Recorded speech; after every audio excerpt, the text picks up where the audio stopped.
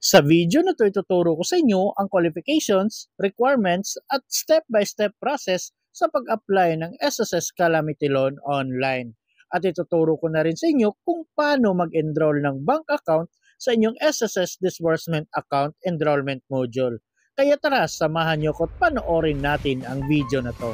Pero bago yan, sa mga hindi pa nakasubscribe sa akin, kayo na ang bahala. So pag-usapan muna natin kung sino-sino nga ba ang qualified na mag-apply ng SSS Calamity Loan. So dapat SSS member ka na may at least 36 months na posted contribution at dapat meron kang 6 months na posted contribution within the last 12 months. So for example, July 2024 kayo mag-a-apply, so dapat meron kayong at least 6 months na posted contribution from July 2023 hanggang June 2024. So kahit putol-putol yan, basta umabot ng 6 months, pwede po kayong mag-apply at dapat may at least 36 months po kayong posted na contribution. Pangalawa, living or residing in the declared calamity area.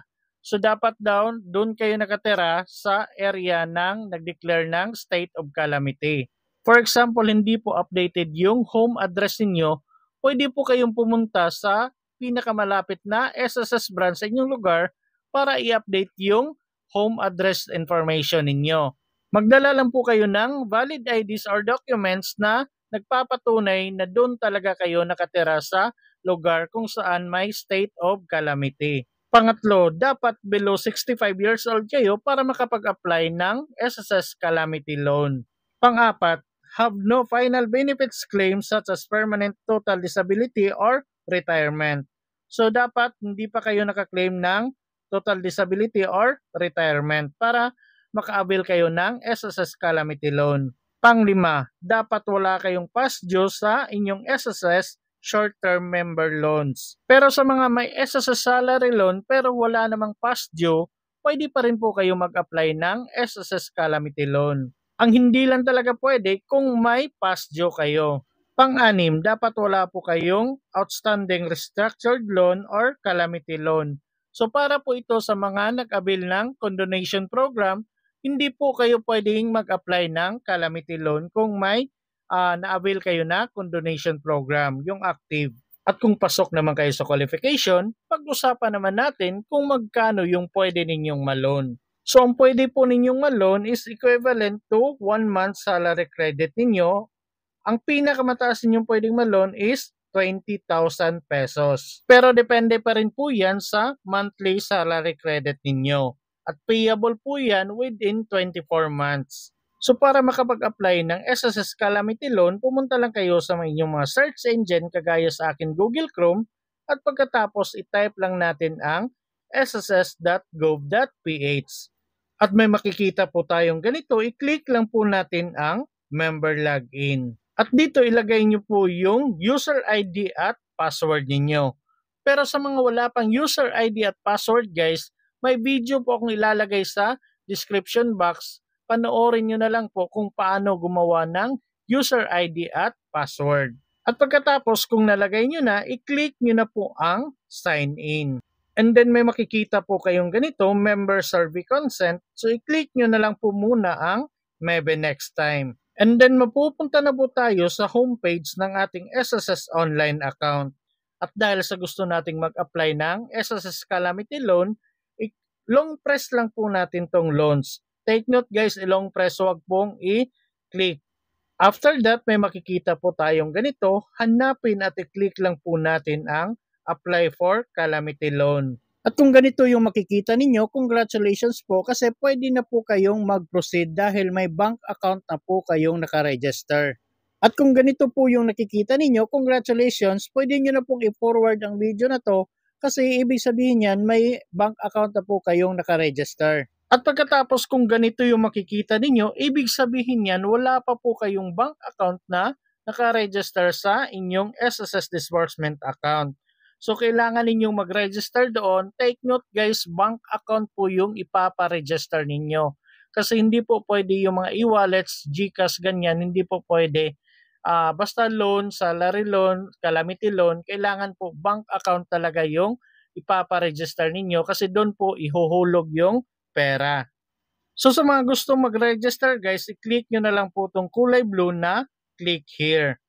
At pagkatapos may makikita kayong reminder at mamaya i-explain ko lahat ang mga nandyan. So basahin nyo na lang po. Pagkatapos i-click nyo itong box katabi ng I certify para ma-checkan. At pagkatapos i-click nyo ang proceed. At pagkatapos mapupunta na kayo dito sa disbursement account enrollment module. So dito may dalawa kayong pagpipilian sa enrollment option. Pwedeng bank or e-wallet.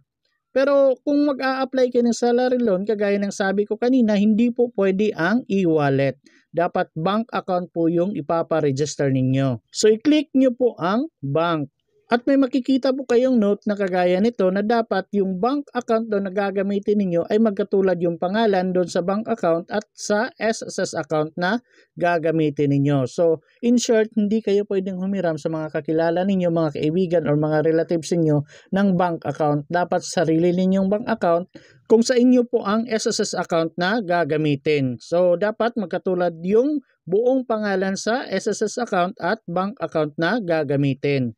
At sa mga married na mga babae dyan, kung single yung SSS account niyo tapos yung bank account niyo ngayon is married na, so hindi pa rin po tatanggapin ni SSS yan kasi magkaiba na yung apelyido ninyo. So akala nila ibang tao, so mare-reject pa rin yung application. Kahit isang letra lang ng spelling sa pangalan ninyo yung magkaiba, automatic mare-reject po yung application ninyo. Kaya dapat parehas po lahat. At isa pa, dapat bank account number yung ilalagay ninyo at hindi po ATM card number kasi magkaiba po yun. Kung hindi kayo sure kung ano yung bank account number ninyo, mas maganda tumawag or pumunta kayo sa bangko ninyo para malaman kung ano yung bank account number ninyo. At kung okay na, i-click na natin ang X dito sa taas. At pagkatapos, i-click nyo na ang Select Bank. So dito, piliin nyo na lang kung ano yung pangalan ng bangko na gagamitin ninyo. At kung okay na, punta na tayo dito sa baba sa paglalagay ng bank account number at confirm bank account number. So kagaya ng sabi ko kanina, dapat bank account number yung ilalagay ninyo, hindi ATM card number. Kasi magkaiba po yun. At dapat katulad yung pagkakalagay sa bank account number at confirm bank account number. Wala pong isang number na magkaiba. Dapat parehas po lahat. At pagkatapos punta na tayo dito sa pag-a-attach ng supporting documents. So unahin na natin tong proof of account.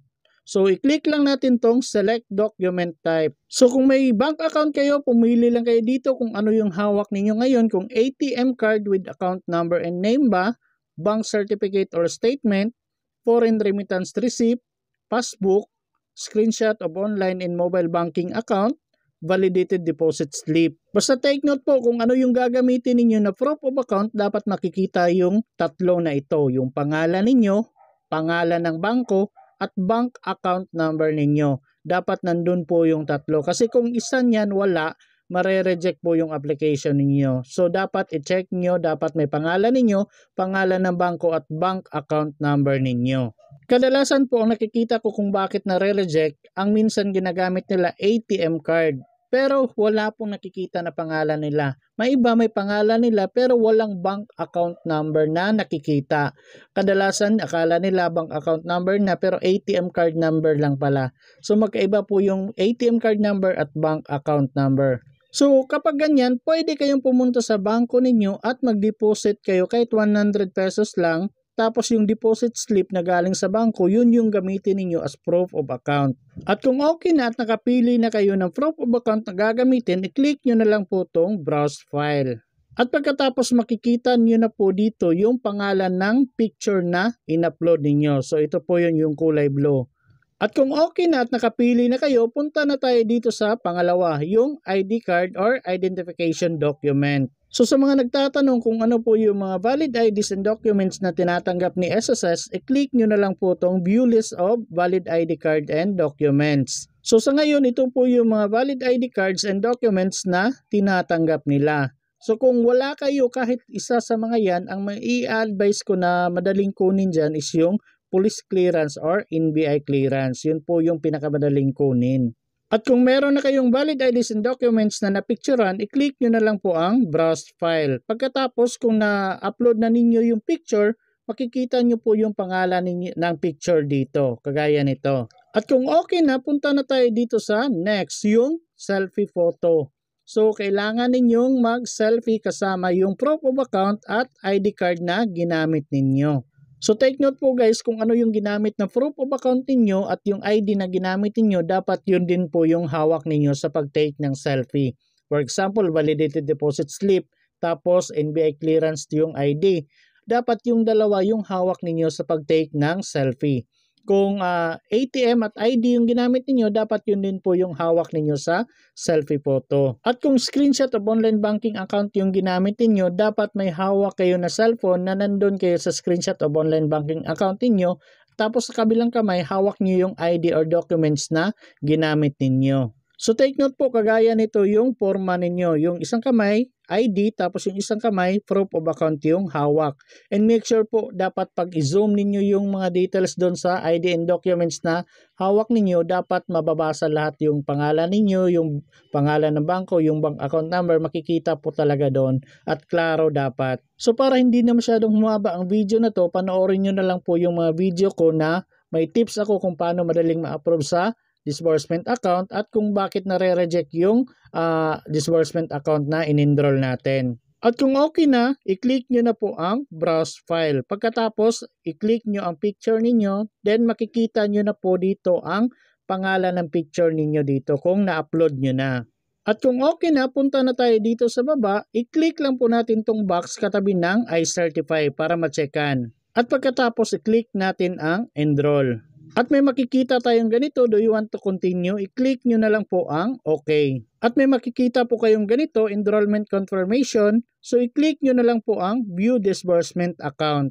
So sa akin may 3 bank account akong niregister. So yung dalawa active na. So may makikita kayong active dito. Pero yung bago kong in-upload, ito, for branch approval pa yung nakikita. So antayin nyo po yan, mga 3 to 5 working days na maging ganito yung makikita, yung active, para makaproceed na kayo sa... So balik po tayo dito. Kung pagka-click ninyo ng apply for calamity loan at ganito yung lumabas, ibig sabihin yan, makaka-proceed na po kayo. So mapupunta na po kayo sa pag-apply ng calamity loan. So may reminders dyan para sa mga members, basahin nyo na lang po lahat yan. At pagkatapos dito sa baba guys, may makikita kayong required failed.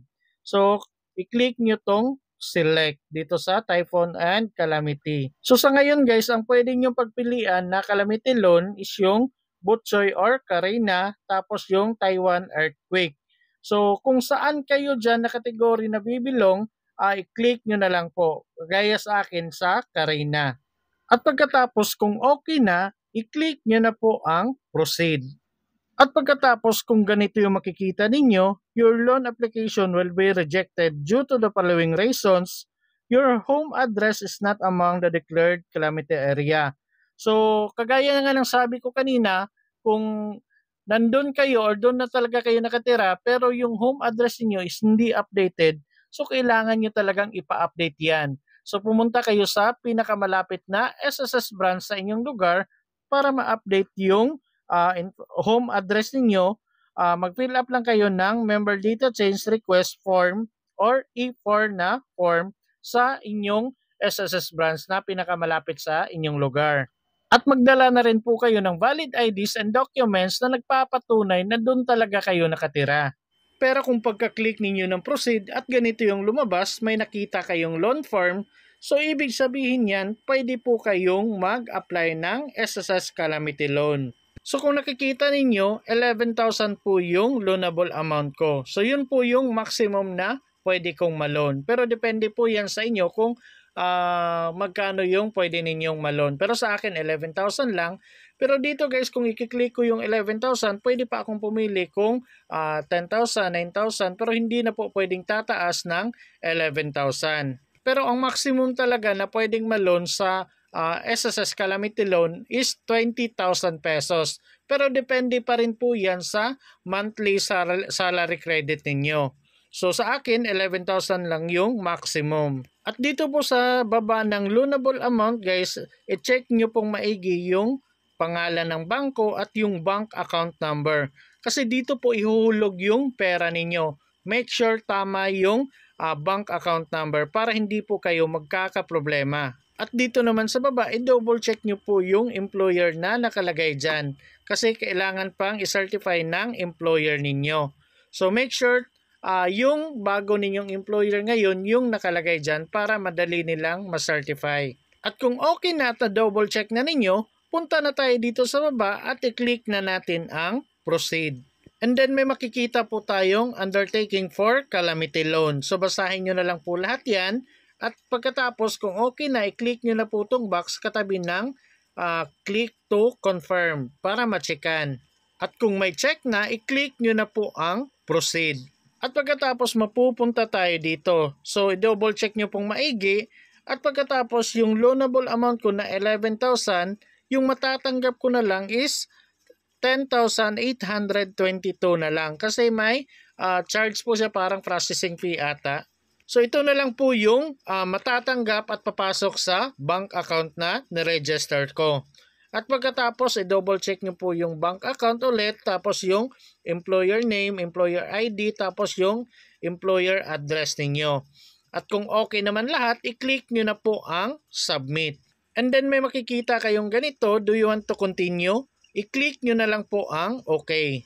At pagkatapos may makikita kayong ganito na successful na daw yung pag-submit ninyo ng calamity loan application.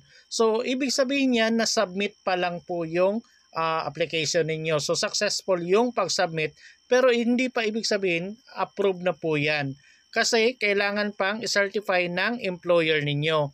Dapat within 5 working days ay na-certify na ng employer ninyo. Kasi kung hindi na-certify ng employer ninyo, so kailangan nyo po ulit mag-apply. So dapat i-inform nyo din po yung employer ninyo na nag-apply kayo ng SSS Calamity Loan para madali po nilang ma-certify yung application ninyo.